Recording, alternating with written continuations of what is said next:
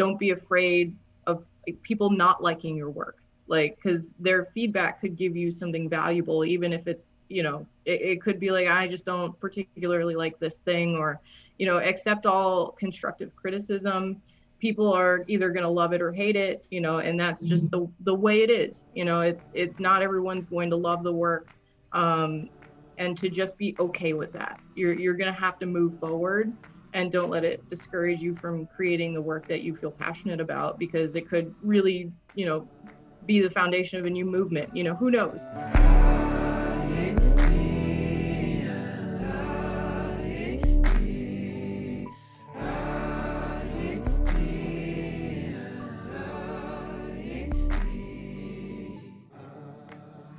This is the Beware How show.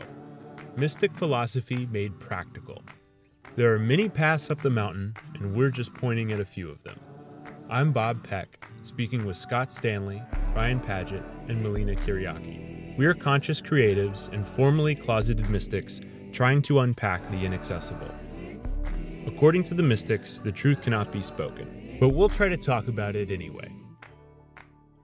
Welcome to the Beware How show. Bob Peck and Ryan Paget on today with our amazing guests. Today is Sunday, February 28th, and we have Marcella and Jair, two co-founders of the Unknown Collective. Welcome, guys.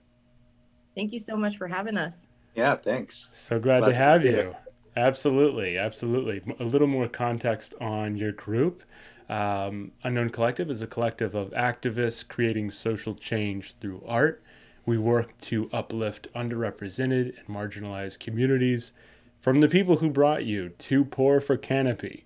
We're here to start a revolution. Our mission is to connect the community to emerging art. Every donation goes towards our work to uplift underrepresented and marginalized communities. Unknown Collective is all on Instagram. They are _Unknown Collective. And Marcella is at Marcella is Painting. Jair is at Ink Color. So glad to have you guys. Excited to jump in. Thanks. Thank you. Totally. Before we talk about the group and what you guys are trying to accomplish in Austin and in the larger community, tell us a bit about yourselves. Painting is such an interesting trade and career and passion. How did you guys find it and commit to it? Yeah, so I'll go first. I've been painting for a very long time, about 20 years.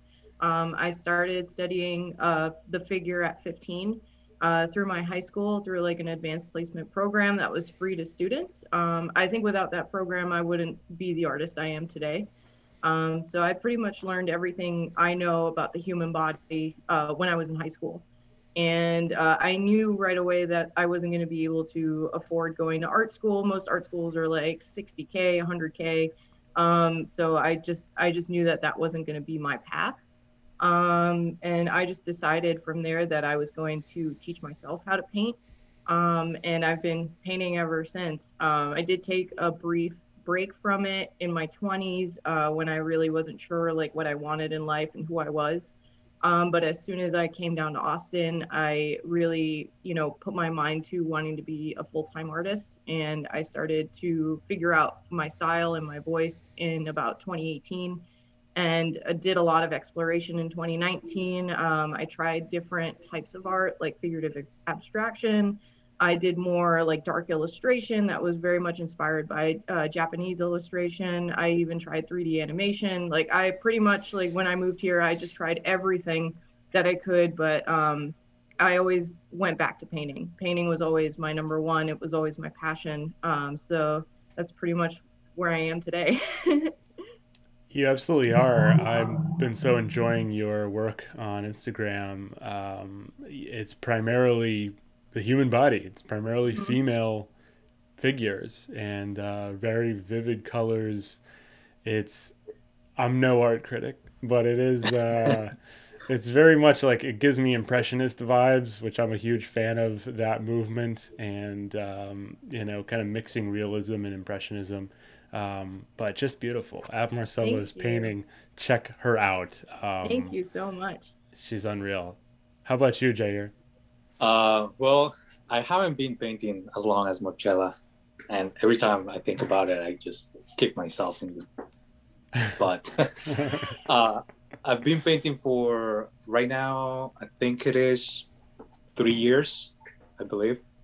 And all started when I moved here to Austin too. I moved here to work with a big company in tech, and after a couple months, I realized that my routine was just wake up, go to work, come home, cook, go to sleep, wake up, go work, and then I kept going and going in the same routine, and then I figured I needed to do something.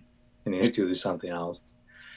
So I actually first wanted to play the trumpet, and I decided myself to teach myself how to play the trumpet, and it was a disaster.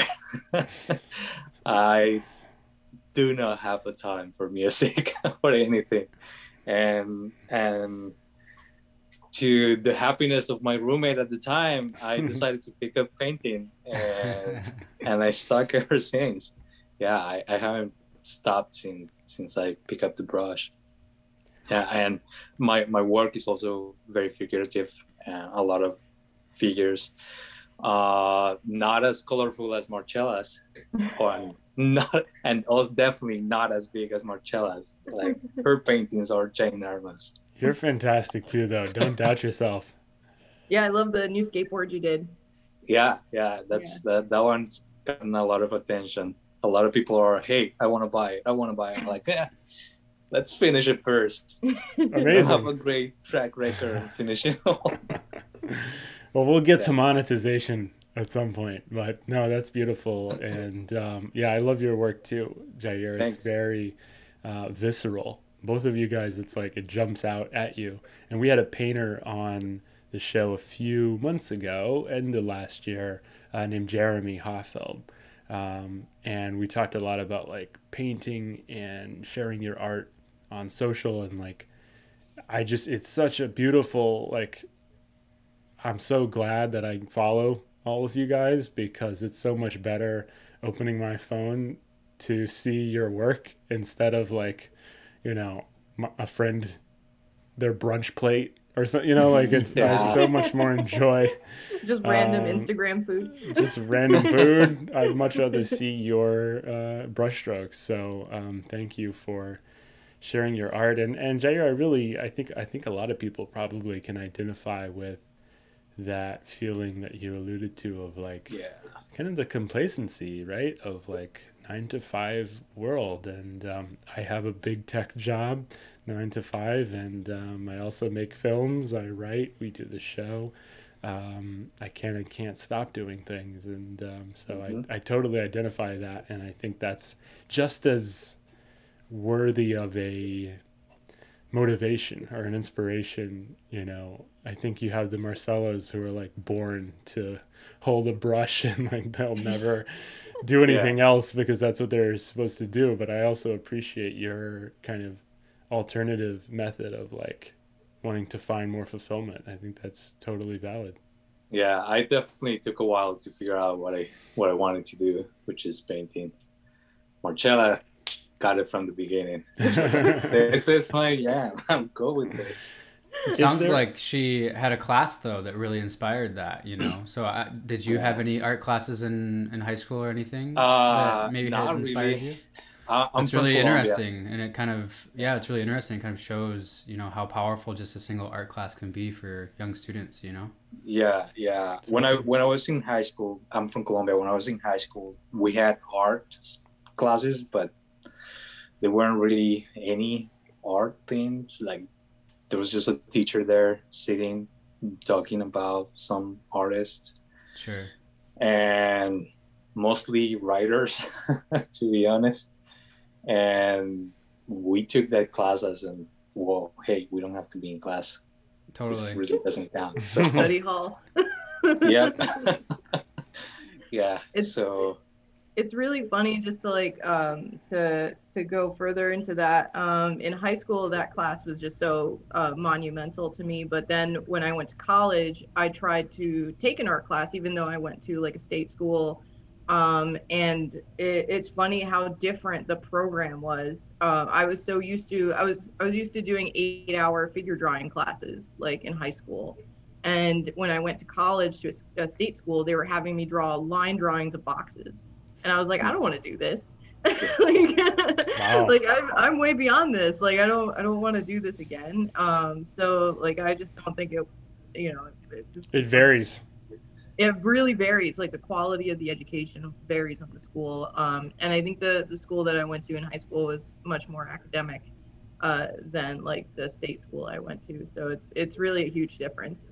Yeah, I've never had formal education in painting or art really, but one of the good things of teaching yourself is just like that trail of like finding things out for yourself. Yeah, that is totally. just amazing. Learning by mistake is the best teacher, yeah. honestly. Totally. Yeah. Do you guys have like some favorite pieces or series where it really clicked for you as a painter?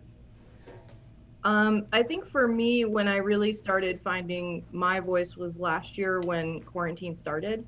I really started to think about light and color and color theory. And I feel like those explorations for me really helped build a foundation for what I'm working on this year, which is more heavily inspired by cinema and cinema lighting. And like last year, I was doing a lot of figure painting, but really sort of depending on a color wheel to make my decisions on skin tones and backgrounds and things like that. But this year, with some more education and like some more research, I was able to really start to hone in on how I photograph my models, and understanding that I could actually make those decisions like while I'm photographing rather than after the fact.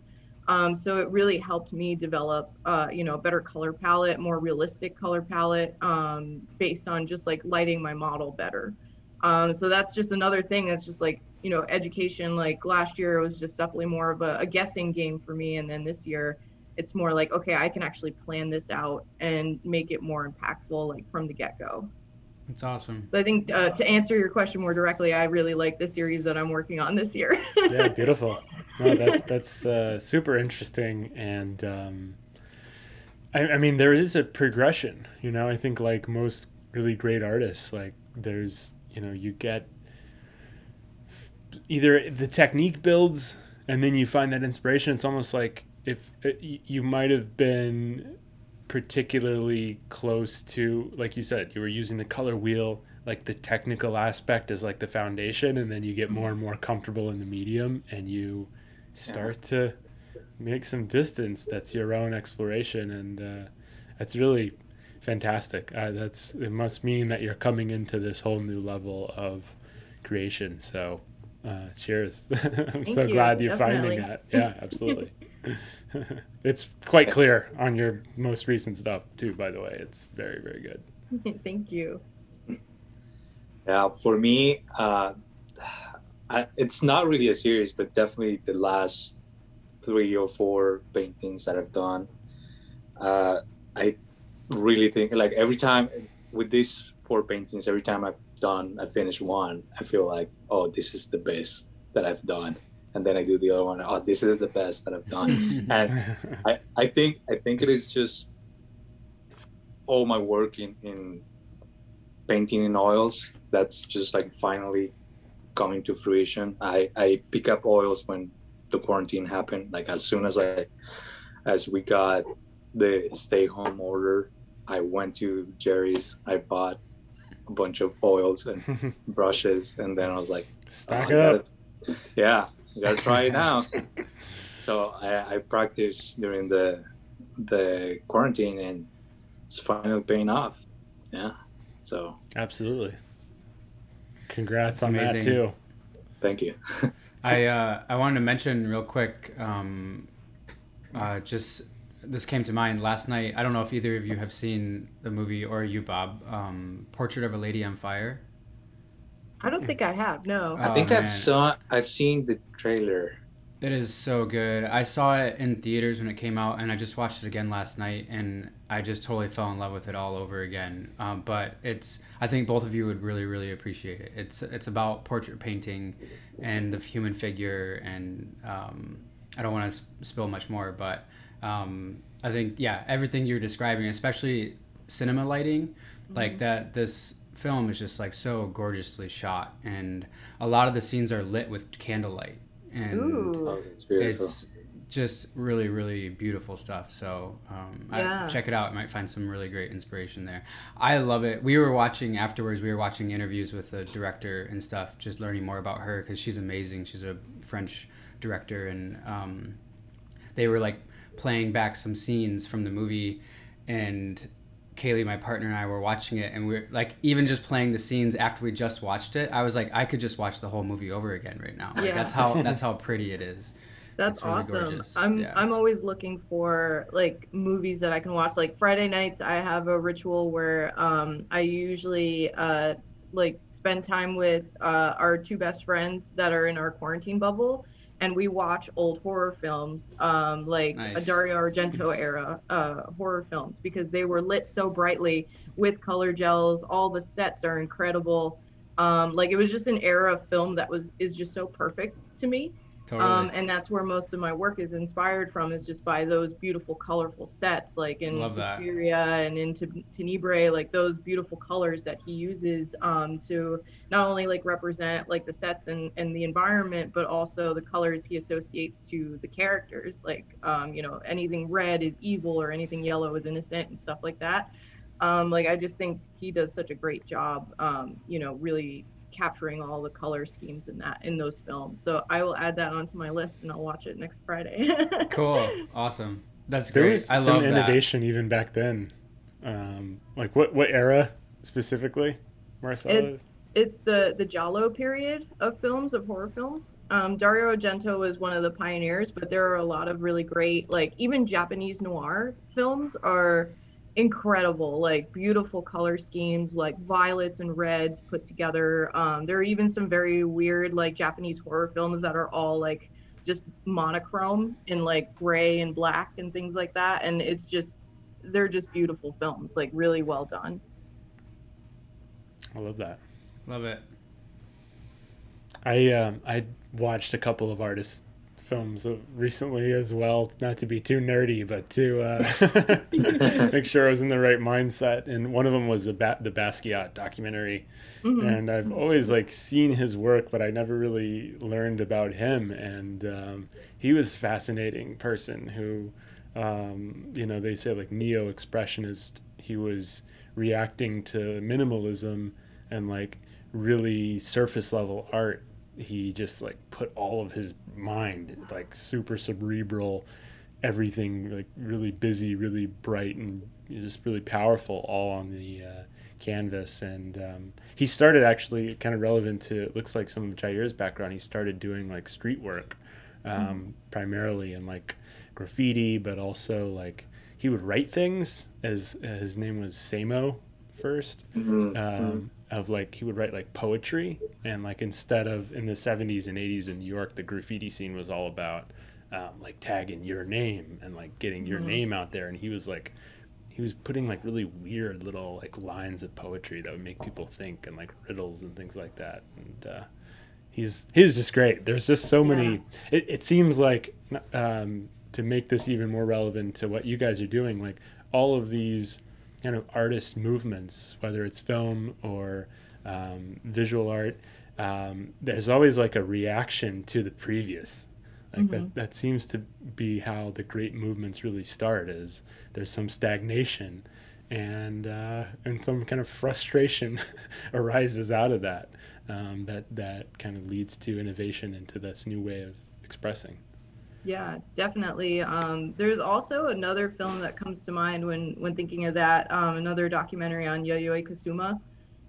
She was really the pioneer of so many different art movements, but she was never really given credit for it. I believe Andy Warhol stole a lot of her ideas like when he was really, really popular, because he was when she came to New York from Japan, she was a woman in a male dominated, art scene. And she had struggled for so long to get anyone to even look at her work. And she would do these incredibly innovative things. Like she was the first person in New York to do soft sculpture.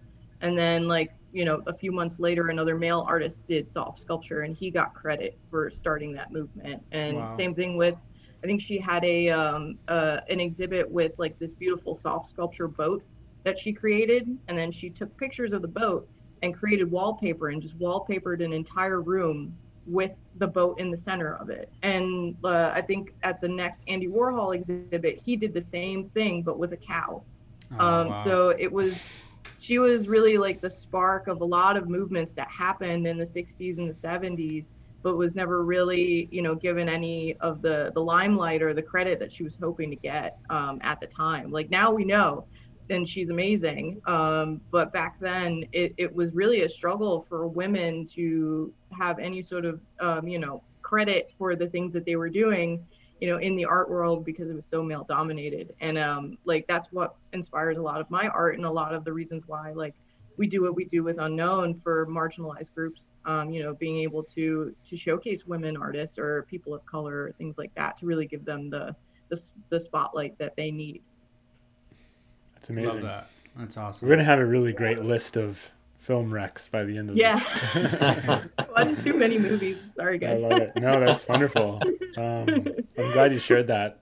And that's a good segue into, talk to us about Unknown. Talk to us about, you guys shared with me was it really, it was Too Poor for Canopy is how it all started. But yeah, you guys told the story. Yeah. So Too Poor for Canopy started because East was coming up, right? And I wanted to show something in East. And I heard East wasn't going to be like a normal East because COVID, and then everybody went to just do it online. And this was requiring a lot from artists. Like you have to have a full-on setup, you have to have cameras, and the fee was pretty much the same fee, even though really you weren't going to get the same eyes as you get in any other East, right? Tell me a bit, build the context around East a little bit more, if you would, Jair. So basically East Austin Studio Tours, right? It's this kind of gigantic, the biggest opportunity for artists and the whole year to showcase their work. It's, if you are in East, you will start coming out. If you don't get into East, it's hard. You gotta fight it in order to show your work. So East is a great platform, but it is also, like, at least this past year was tough to get in because, I mean, for example, I don't have any camera setups. I don't have all the gear that I needed to in order to set up a virtual studio for people to see my work. They required a digitization for COVID. I don't even have a place that I can set up everything to show every piece that I had. So because of that, I decided, well, screw it. I'm going to do it in my front yard. And I'm just going to, at first I thought, hey, I'm going to put some paintings in my front yard by the fence and then people can walk and see it, right? And then I realized my front yard was a little bit too big for the amount of paintings that I had. And then I reached out to Marcella because Marcella's paintings are huge and amazing. So I was like, hey, you want to show this in my front yard? But I'm doing it like on my own. I'm not with the with Big Medium, who I believe are the ones who organize East. And then she was like, yeah, she just jumped in right on. And then we started talking about it, and we realized we needed more people because we had more space, and we needed, like, if we had the space, why not to open it for people who needed the space? There were too many artists who lost commissions, lost work, lost the opportunity to show, and they were struggling financially. So at that point, we're like, yeah, let's make a call. And Marcella took the call, and she made it happen, while me and Dan, Marcella's partner, were here building all the walls and figuring everything out. And yeah, it happened. It's amazing. I love that you just couldn't fit your work in your yard, and you said, I know someone with really big canvases. Yeah. So we'll start that way. It's like, I could solve this problem. Exactly. That's amazing. And it's continued. So that was towards the end of the year. That was like second half of the year last year. Yeah, that was November of last year. Well, actually, we were talking probably like a little before, at the end of October, if I'm not wrong. I remember us talking a little bit about it over the summer, because I think they announced that it was going to be virtual, right, like in August or something like that. And when they announced when they announced it that it was going to be virtual, that's when everything happened. I was like, yeah, this is not going to be great for most artists. Yeah. What was the reception? I mean, how many artists initially showed with you guys, and kind of how's that community been getting built? Want to take this one, Marcella? Yeah, I could take that one. We had about 25 or 26 artists show, and that's in between, showing a piece on the walls that we had built, or doing live painting, or painting a barrel for the sponsors. We had a lot of opportunity for artists to be vendors as well. The community we've built from that has really created a foundation for us for all of our events, because we know which artists like to do what, and whether they have like a financial need. Too Poor for Canopy helped us really see how artists were struggling. After the show, we had artists come up to us saying like, hey, we were able to finally pay our rent and our utilities. Like, I have money for food, things like that. And the reception, I think, by the public was huge. They didn't think anything was going to happen, during that weekend. And we had about 800 people come through the event. We had a line out down the street from Jair's house, and we were talking about getting security. Like, we were like, that's incredible. Like, so it was an incredible response by the public, who seemed very, like they wanted to go out and see something. And they wanted that taste of old Austin, like the old studio tours where you could walk from one studio to another, or one house to another. And I really think that really set the event apart from what was happening virtually. Yeah. And we had so much art in my front yard and backyard that people didn't even realize that was a house, that there was a house right there. Like, some people were talking to me and they were saying, hey, I've never seen this space. This is so great. And I was like, yeah, I live here. They were like, oh, this is your house? Okay. This is a house? Wow. Yeah. So, I love it. Yeah, and we had a lot of support from the community. Like, a lot of our walls came from this other group called Polis, who right now are kind of dormant, but they were great. They offer a lot of spaces for people. We had live music that came from a group of friends called Lady Shops, if I'm not wrong, right? Yeah, Lady Chops, and their friend Andrew Savage, who also came on last minute. He just wanted to play his guitar. He was just like, I'll come through and play, no problem. We also had two DJs, so we did live music on Saturday, and then we had two DJs on Sunday, and they were awesome too. They just came through. A lot of the artists who helped us make the show what it was, like, came through and just did it for free. Usually we would want to work these artists, but since it was a show that was basically built off of like, hey, we're all struggling, let's just do something and have fun. It was really awesome to see everyone just come together and do that. Yeah, and it's incredible. The Unknown Collective was pretty much born from all the planning for this event. While we were planning it, there was a point where we were like, hey, we should just build a collective, and that was it. Then the collective happened. This was such an organic, creative process that came together so naturally that the momentum was like unavoidable for you guys, basically, is what I'm hearing. Yeah. It reminds me of a few things, and most of those types of events I've gone to because Ryan invited me, because he was showing in them or playing music or doing installations. So this sounds like we'll be at the next one. I mean, it's that kind of vibe. Ryan's done a lot of work with, I'll be his biographer here. He's done a lot of work with Exploded Drawing. If you guys are familiar, Art Island. Art Island for sure. Art Island, yeah, they also are huge friends of ours. I love it. Yeah, I was gonna say I'm so happy to hear your guys' story, because that kind of DIY, let's get together and make something happen attitude is like been core to my artistic practice ever since I can remember. And I've been fortunate enough to be involved in a few of those kind of operations over the last 10 years. And it's just always so exciting when it happens, because for me, it's like where I find just an incredible amount of passion come through people.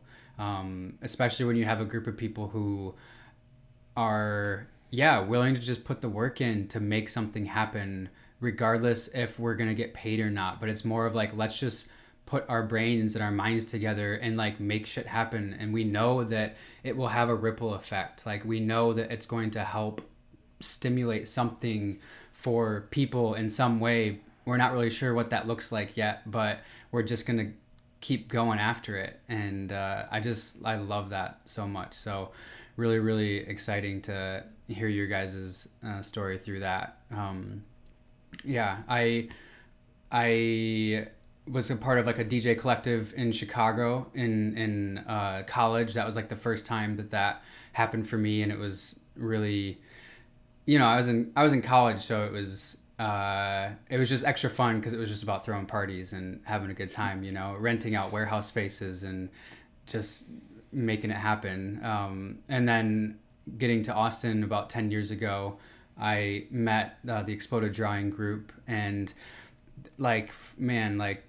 serious DIY aesthetic. When we first started back then, it was, we were in Baby Blue Studios, which was like this, very small DIY recording studio on East 12th Street, kind of near 12th and Chacon. I don't remember exactly, actually a little bit closer to 35, but Bill's old studio. Bill's old studio.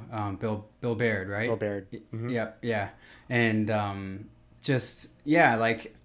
Ben and Andrew, the founders of that, have this, and they've carried this attitude since day one. I mean, Ben grew up, I listened to an interview with him recently, Butcher Bear, about growing up going to Fugazi shows and how it was just like the inclusive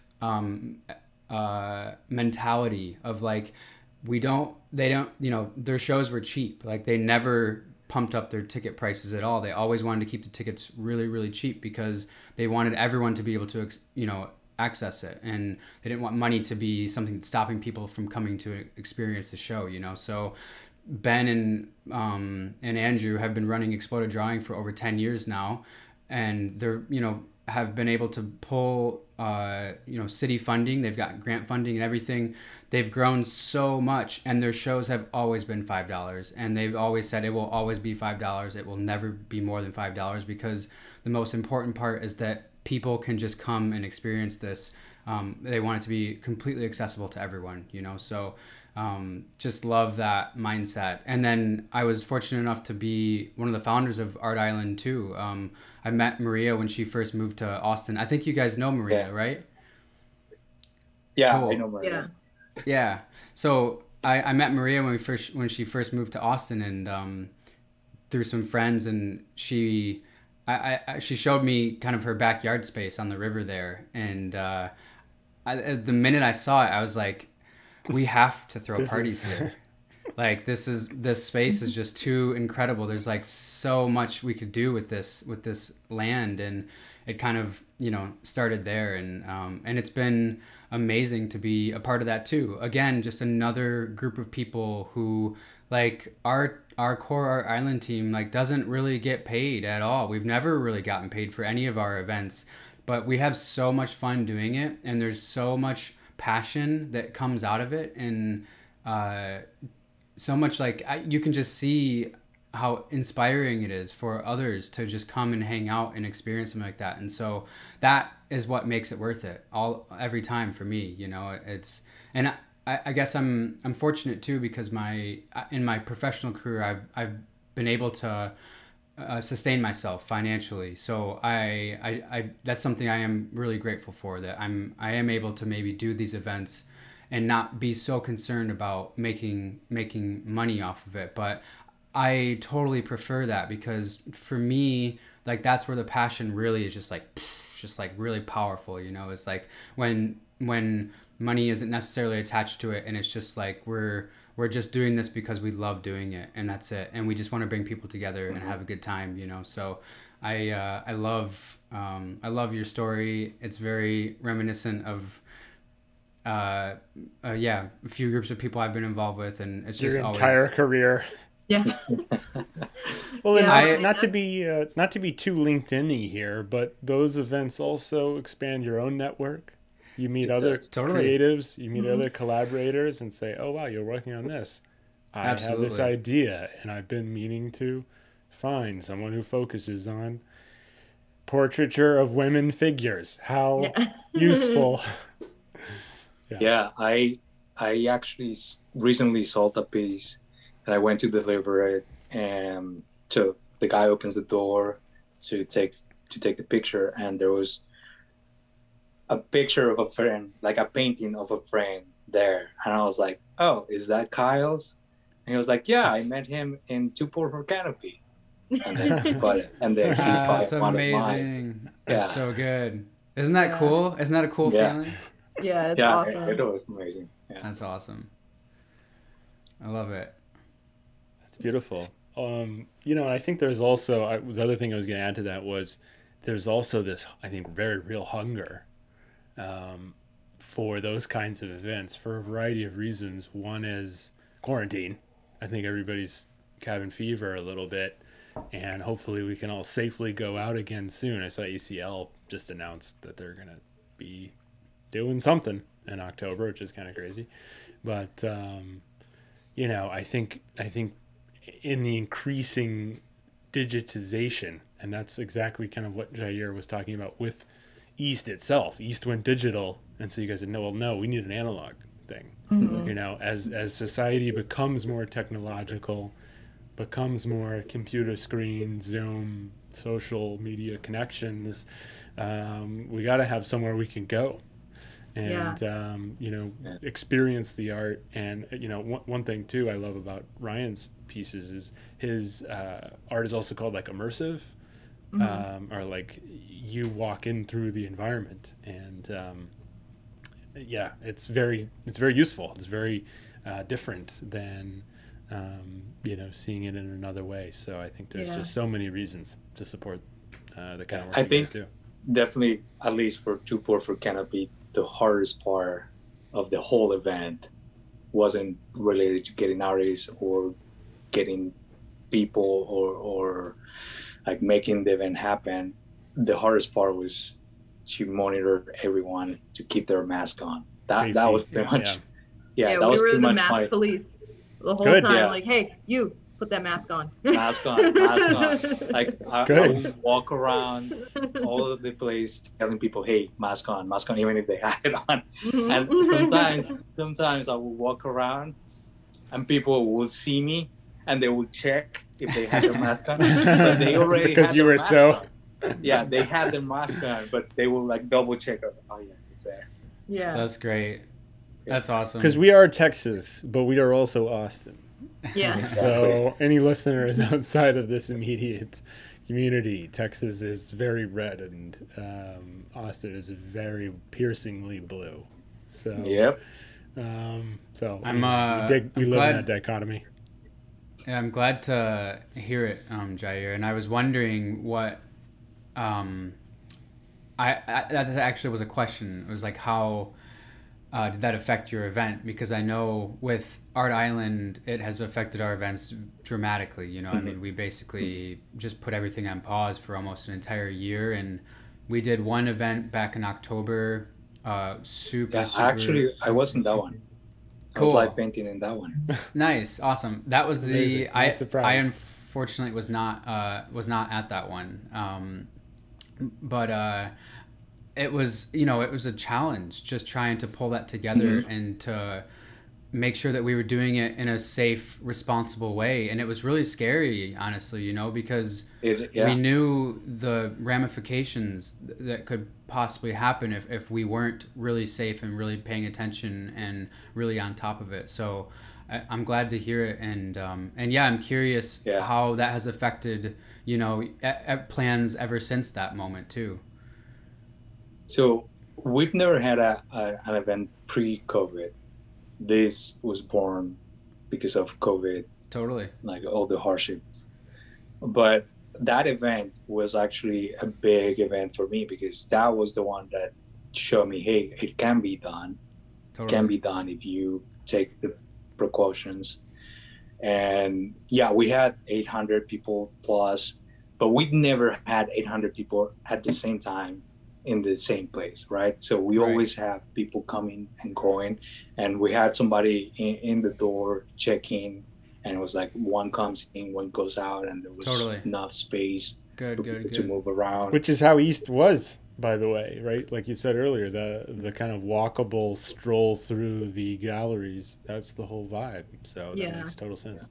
We also, like, the whole group of organizers was kind of walking through, making sure like that we had masks on, but also like I remember grabbing like the DJ microphone a couple times, telling people to move to the back, like if there wasn't enough people in the back of the house, like trying to get groups of people who were just standing around like having a drink or talking about the art to start moving towards the back of the house so they could, you know, get the full experience and then come out the exit. So it was really like we were just trying to make sure that people were moving through the space rather than just, you know, standing in one spot, and we'd be like hyper aware of, you know, where they were and how long they were staying there and things like that.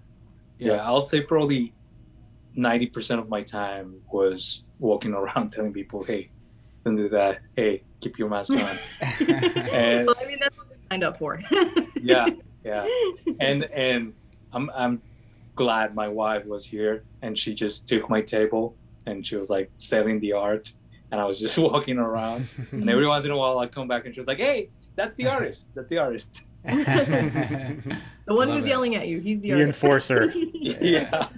Well, and speaking of other events that you guys have done, you did the art drop last month, which was incredible, and I think another like innovative way to support these artists and really generate a lot of enthusiasm and excitement. I watched via your Instagram, you guys had this really cool kind of scavenger hunt style experiment. Tell us about the art drop from last month. Yeah, so the art drop was really interesting because it was just a way where we could try to make art more accessible.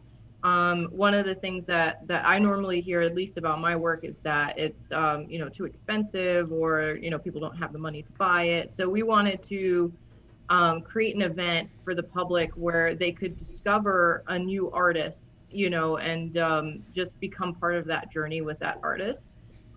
So what we tried to do was just get another big group of artists together. We added some people from Too Poor for Canopy, but then also added some emerging artists, and the idea was to have like some artists with like very big followings on Instagram, like Jeff Skelly, who has over 10K followers, and try to pair them with an artist that doesn't have too much of a following, like Chris Ancarno, who is an amazing illustrator but only has like 200 followers on Instagram.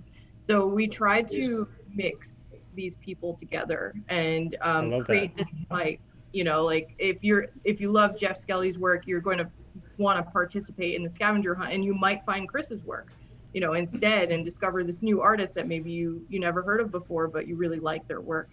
So it was really sort of trying to help emerging artists in Austin who no one really knows about by pairing them up with artists that everybody knows about, and just creating this drop, which it was scavenger hunt style, but we didn't want to like hide the boxes too much. We wanted people to find them. We wanted people to get these boxes and to figure out who the artists were and follow their new artists and get super hype about it.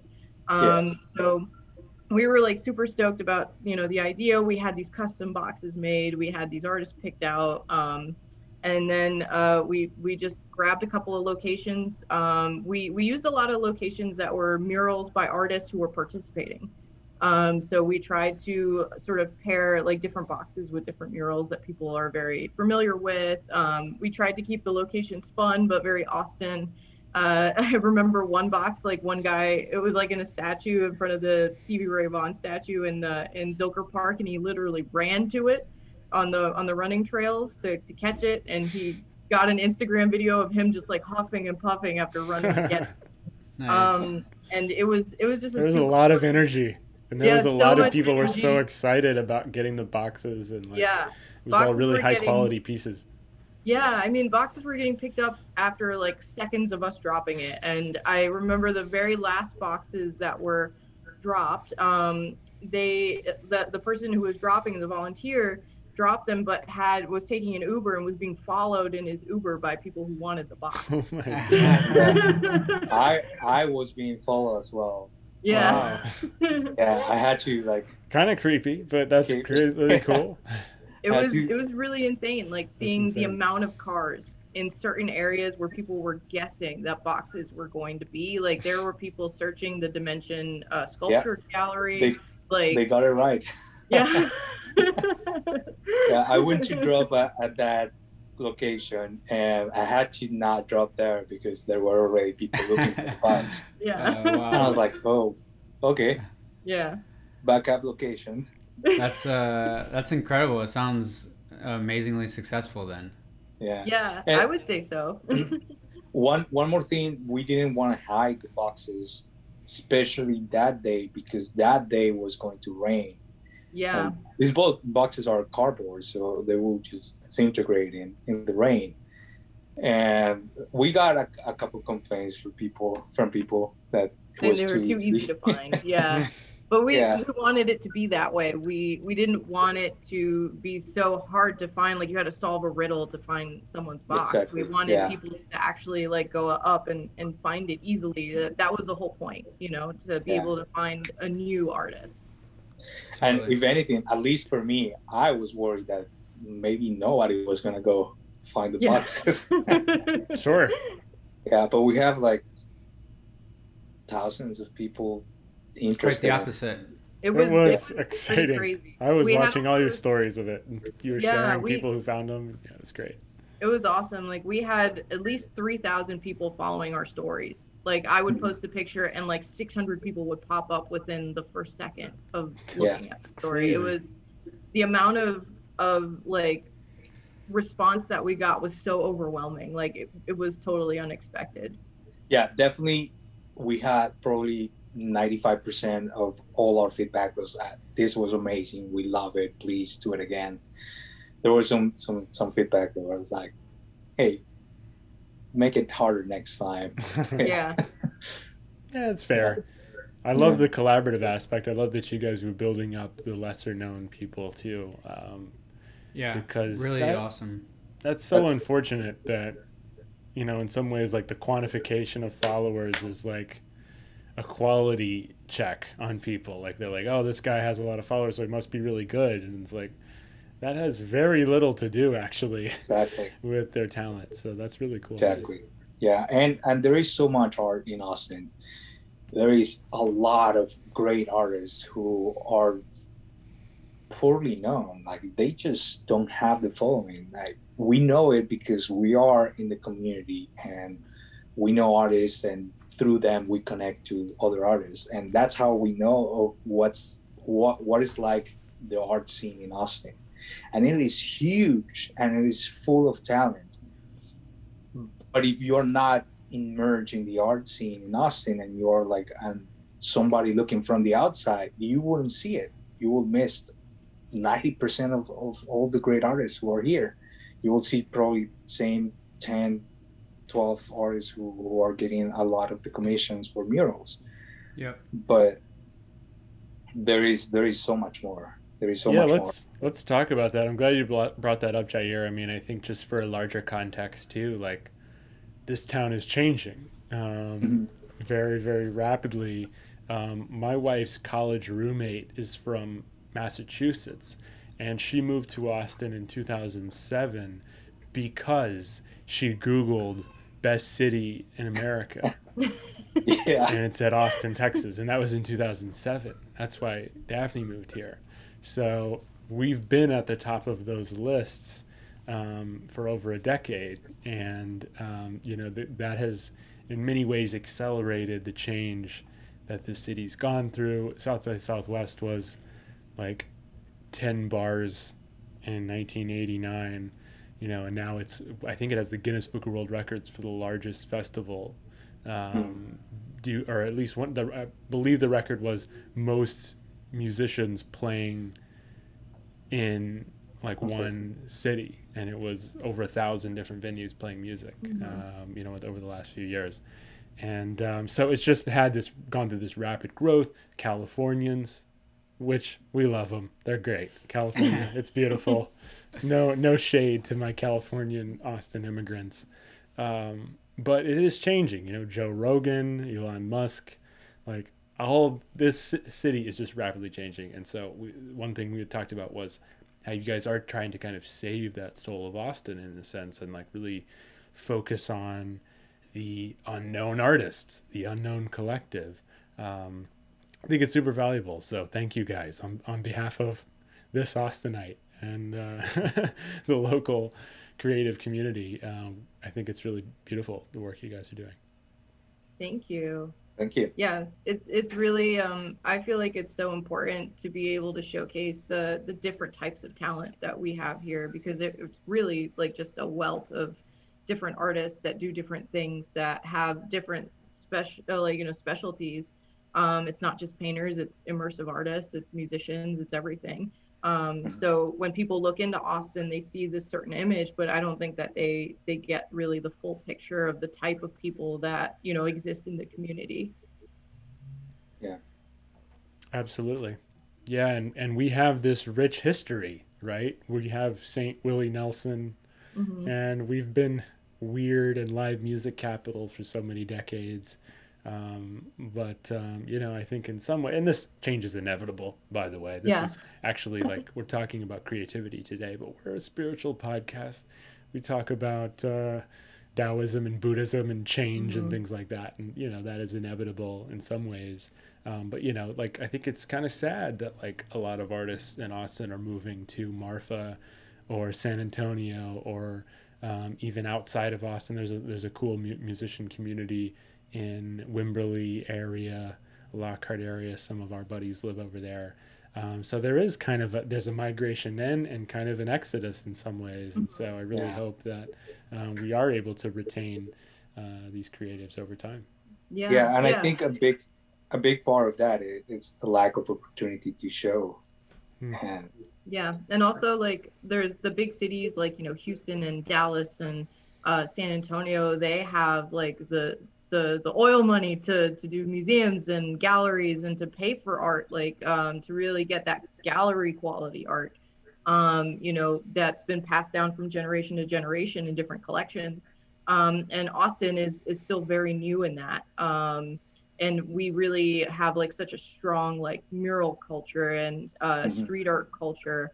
It doesn't really have, or at least from what I've seen, that same sort of like museum quality, like contemporary art scene that's a little bit more like high end. And I think there are some spaces in Austin that are trying to get there, like West Chelsea, Warden Art Gallery, and then I think SoCo Modern is opening up on South Congress. So there are these galleries that are starting to like come into Austin and are starting to see the local talent and wanting to showcase it. So that's really promising and exciting for a lot of artists in the community, because I do really think that there several groups of like, you know, like Hope Campaign and things like that, that they have like a set list of artists, and they're like, these are the artists who are going to get our opportunities. So it doesn't really give other artists the ability to sort of penetrate that group and to be able to have the same opportunity to showcase their work on such a large scale like they do. So I think it's going to be an interesting change, like as more people come into Austin and move to Austin. You know, I think a lot of, you know, gallery managers or people who do have these collections of art, you know, are going to start coming in and starting to create that culture here. Mm-hmm. Yeah, there is definitely not a group or organization in Austin that is actively reaching out to the unknown artists. And that's the space that we want to fill in. We want to bring up all the great talent that is just not being looked at right now. That's amazing. I love it. And I think there will always be a place for what you guys are doing. And no matter how far the city grows, like there will always be a space for you guys to be doing exactly what you're doing. So it's awesome. And I love it. And keep going. High fives. And how can we support, you know, for both me and Ryan and the team, but, you know, for our listeners, like, how do we support local artists? Buying their prints, sharing their art on social, giving them opportunities when we have them. Definitely, like those things, and you know, like we do a lot of our work on Instagram, because Instagram is really like an art central. It's where all the galleries are. It's where all the collectors are. They want to see, you know, your work on Instagram. There really isn't another platform that does that, you know, just yet. So being able to, you know, follow your favorite artists, share their work, tell your friends about it, you know, try to trick the algorithm, help them get, you know, more follows, likes. Click that save button. Yeah, click the save button, click the share button, and then click the like button. Do the other stuff first. But yeah, like I think being able to share their work, buying their work, you know, if you like their work, buy a print. You know, prints are like $10 to $15, sometimes $20 if it's good paper quality. You know, it's not a huge, you know, investment that you're making. You're not buying an original piece of art, but it still helps that artist, you know, buy groceries, pay utilities, pay for their next canvas. You know, there's a lot of artists who go, you know, they need to sell something in order to create something else. So it's really important for, you know, for us to support them in that way. And I can't think of a better way to do it than to buy their art, you know? yeah, that's definitely it. Since I decided to be an artist, like from the moment that I said, hey, I'm going to call myself an artist, which took me a while, but I got there. I have pretty much, I have my 9-to-5 job, and that's happening, but I have my art, and all the money that I make from my art goes back into my art. Like 100% of what I make, if I sell the painting, I use that money to buy more canvases, to buy more paintings, and to buy art from other artists. That's a lot of things. Like a big chunk of my money goes to just buy more prints from friends, from artists that I like around here. So definitely, if you buy somebody's art, you not only will be helping that person, you probably will be helping also the next artist or the art communities or the people who are selling art supplies here in Austin. So that unseen ripple effect is real. Yeah. That's super cool. Those are great answers. And it will stay here in the community. Tell me about artists in particular. Any advice to young creatives that might be filled with, if they're a young artist, self-doubt and self-criticism? You want to go first, Jair? Well, probably, y'all are both like... Probably, yeah, because I'm the newest one, so I don't know as much as you do. And you probably will just say whatever I'm planning to say already. So for me, really is just make mistakes, make them fast. Yeah, that's really all how I've evolved as a painter, just making mistakes and making them fast. Yeah. Well said. Yeah, I agree with that. I would also say do the art that you love every day. Like, even if it's 15 minutes, if it's a sketch, if it's a full-on painting, every day practice, because you know, that's the only way you get better. You can't just create one painting a year and then expect to, you know, continue excelling. You know, I paint every single day.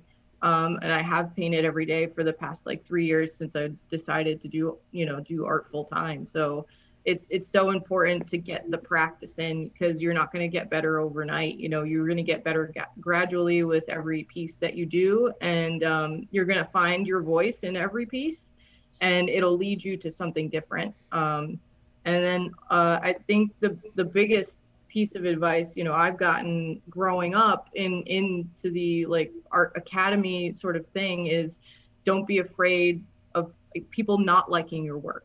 Like, because their feedback could give you something valuable, even if it's, you know, it could be like, I just don't particularly like this thing, or, you know, accept all constructive criticism. People are either going to love it or hate it, you know, and that's just the way it is. You know, it's not everyone's going to love the work. And to just be okay with that. You're going to have to move forward, and don't let it discourage you from creating the work that you feel passionate about, because it could really, you know, be the foundation of a new movement. You know, who knows? So I would definitely say, don't be afraid of that. Like, when I was 15, I had my teachers rip up my drawings and tell me they were crap and to start over. You know, that's the you have to have very thick skin, and they did that because they knew that I could do better, and I did do better. And that's the mentality you have to have, is like, if somebody doesn't like your work, then whatever, the next thing I'll do is going to be better for me, you know, as an artist. So yeah. real wisdom. Really sitting with that. Really appreciate that, Marcella. One of my favorite philosophers is a Greek philosopher named Epictetus, and he has a line that's something like, "He who laughs at himself never runs out of things to laugh at." You know, I like that. Like, being very like, you know, taking criticism and being very open to those kinds of, you know, the inevitable negative feedback that anyone's going to get when they're creative, and learning from that, making mistakes quickly, as Jair says. Really beautiful. Thank you guys so much. And also, even the everyday thing, I think, is really important. A lot of people romanticize inspiration, which is another thing to talk about. That's not real. Touch on briefly. that is biggest BS. Waiting for Inspiration will inspiration. hit if you are sitting down working. Once you switch into it, almost, right, is what it seems like to me, at least when I'm writing or working on a film. It's like you're doing it, you're building that routine, and your mindset will shift when you enter into that space if you're doing it correctly. Yeah, that's definitely true for me. I have to be doing something in order to get ideas. Like, I get ideas for my paintings while I'm painting another painting. That's how it works. And that's why you keep buying all this oil. Yeah. If I'm not painting, I probably wouldn't come up with any ideas. So it's definitely do things, shot people, like, take shots of people, see everybody else's art, just practice, and inspiration will come. Yeah. But it comes from work. You got to put the work. Beautiful. Yeah, I agree with that. I also have like a little different process from Jair, just because like I can think of a pose that I really like, and I'm like in the shower,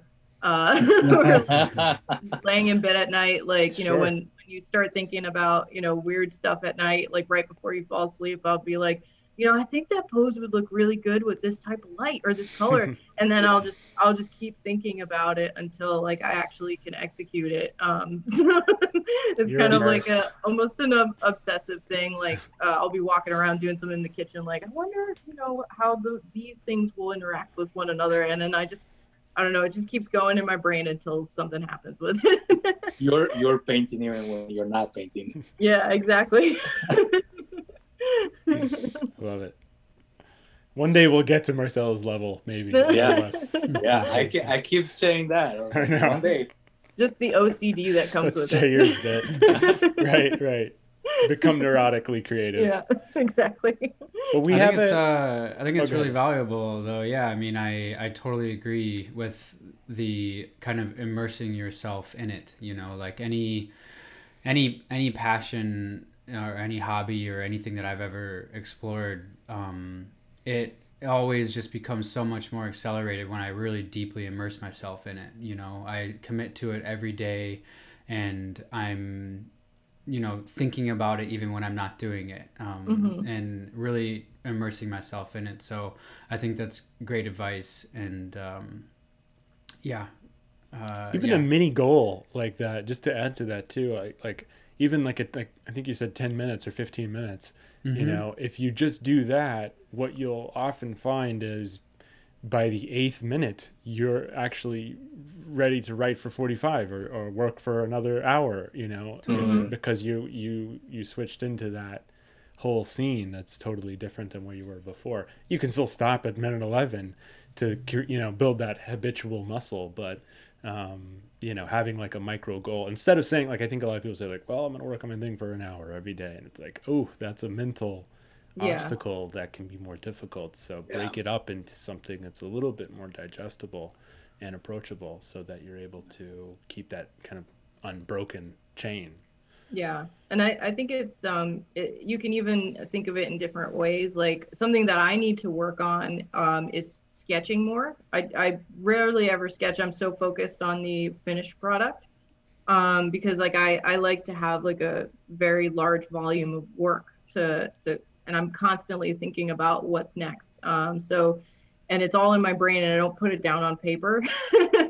So even just like getting a sketchbook, if you're an artist who struggles with just writing down ideas or just sketching out an idea, just consciously, like maybe buy yourself a mini sketchbook, you put it in your pocket, and then if you want to draw from life, you can go out to the park and draw from life. Or if you have something in your imagination, like something surrealistic or things like that, you can just quickly, you know, put it down on this little sketchbook and just have it, you know. That's something that I need to work on for sure. And I'm sure a lot of artists like that are only focused on the finished product are the same way. Yeah, I'm the same, but for me at least is I have so many ideas, but I'm so slow on painting. It takes me a while to finish a painting. So by the time that I finish a painting, I have like 10 ideas for another one. And I need to start recording them because I'm sure I've forgotten a couple, if not a lot. But you'll get hit with 10 more tomorrow, so it's fine. Yeah. I hope so. You never know. Like, this might be just like a one-time thing. It might shut off. Yeah. Now you're coming from fear and lack and scarcity. Last question, really, for you guys. Thanks so much. It's been really great to learn more about y'all's work and Unknown Collective. We have just a formulaic question. We talked about favorite films, so I'll count favorite films as well. But we like to ask favorite books. What's 1, 2, 3 even books or films that you think people should know more about? So book-wise, I'm a big mystery, crime and mystery person, or fantasy as well. So I really love the Dresden Files by Jim Butcher. It's like a 16 or 17 book series. Like it's an enormous amount of books, a huge investment. But it's about a wizard named Harry Dresden who works for a police department, and he solves supernatural crimes. And it's hilarious. It's wonderful narration. The wizard is like super sarcastic and really fun to like follow along with. The books are easy to pick up because the author Jim Butcher takes the first couple of chapters to recap, you know, everything that happened in the last book, so you can easily pick one up after a couple months and you know, get right back into it. I think it's a great series. It really sort of like sucks you in, and it's really fun to read. Amazing. Yeah. Love it. Thanks. Yeah. And for me, books, there are so many, but really always I come back to pretty much any work from Gabriel Garcia Marquez, which is a Colombian writer, and it's just amazing. Like a lot of his magical realism. I grew up in a tiny town in Colombia, and a lot of the magical realism that he wrote in books comes inspired by a lot of what happens in tiny towns in Colombia. So it feels a lot like reading a story of my childhood. So it is very good. But that is personally for me. And also, if you want to learn about Colombia, that's a good place to start. That is a great place to start. And from movies, I haven't seen movies in a while. I've mainly watched TV series, and there is this one, The Marvelous Mrs. Maisel, yeah. Mm-hmm. Really good. It's hilarious. She's so funny. But if you stop and look at it, it has such a great composition. Like there is a frame. Every frame, you can stop the frame, and it could be an amazing painting. There are amazing compositions there, so I enjoy it. It's won a lot of Emmys for a reason. Yeah, for sure. Yeah. And our friend Santiago recommended Marquez. Who's Colombian as well. 100 Years of Solitude, right? Yeah, that's the biggest one. Well-known book that he's written. There are a lot of books. There is one that's very interesting. It's called Chronicle of a Death Foretold. So, like, from the first couple lines, it tells you the end of the book. It's like, this day he was going to die, or like this day was the day he got murdered, and then he just starts telling the story of how that happened, and it's like, it's so mind-boggling. And he was talking, Garcia Marquez was talking about this book, and he said, if I pick up a mystery book like that, the first thing that I'm going to do is like jump to the last pages to see if the guy died. To read it anyway. Yeah. Why not just start with it? So I'm just starting with that and telling the story from there. So yeah, it's quite a good read. Jair and Marcella, thank you so much for joining us today at Beware House Show.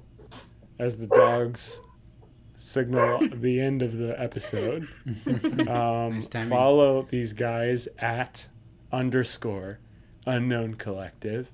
It's Jair and Marcella. They're working on fascinating soul resuscitation of Austin creatives. So thank you guys so much. Thanks for coming.